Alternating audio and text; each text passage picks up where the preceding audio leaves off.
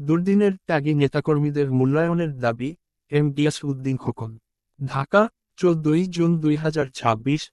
জিয়াউর রহমান সমাজ কল্যাণ পরিষদের সভাপতি এম গিয়াসউদ্দিন খোকন বলেছেন, দেশের রাজনৈতিক দুর্দিনে যারা নির্যাতন, নিপীড়ন, মামলা হামলা ও নানা প্রতিকূলতার শিকার হয়েছেন, সেই ত্যাগী নেতাকর্মীরা এখনও সরকারের বিভিন্ন ইতিবাচক পদক্ষেপ ও উদ্যোগের দিকে আশাবাদী দৃষ্টিতে তাকিয়ে আছেন।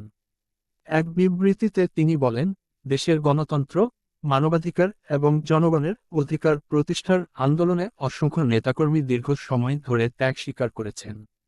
অনেকেই চাকরি, ব্যবসা, সামাজিক মর্যাদা এবং ব্যক্তিগত নিরাপত্তার ক্ষতির সম্মুখীন হয়েছেন। তাদের অবদান যথাযথভাবে মূল্যায়ন করা সময়ের দাবি। এম গিয়াসউদ্দিন খোকন বলেন, দেশ গঠনের কাজে সবাইকে সম্পৃক্ত করতে হবে। অতীতের ত্যাগ ও সংগ্রামকে সম্মান জানিয়ে একটি ন্যায়ভিত্তিক, মানবিক ও কল্যাণমুখী রাষ্ট্র প্রতিষ্ঠায় সরকারকে কার্যকর পদক্ষেপ নিতে হবে।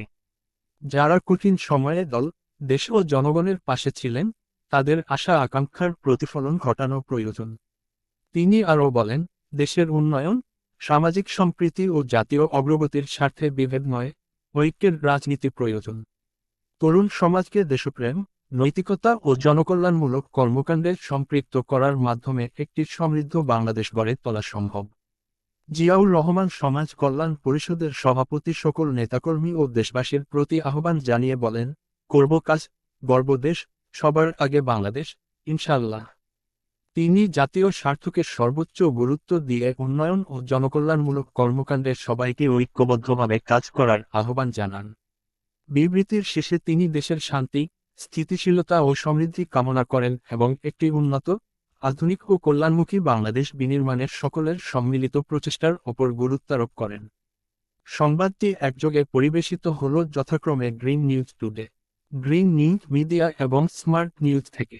সেই সাথে ইউটিউব চ্যানেল রাজু 71 হতে সরাসরি সম্প্রচারিত হল। সবাইকে ধন্যবাদ।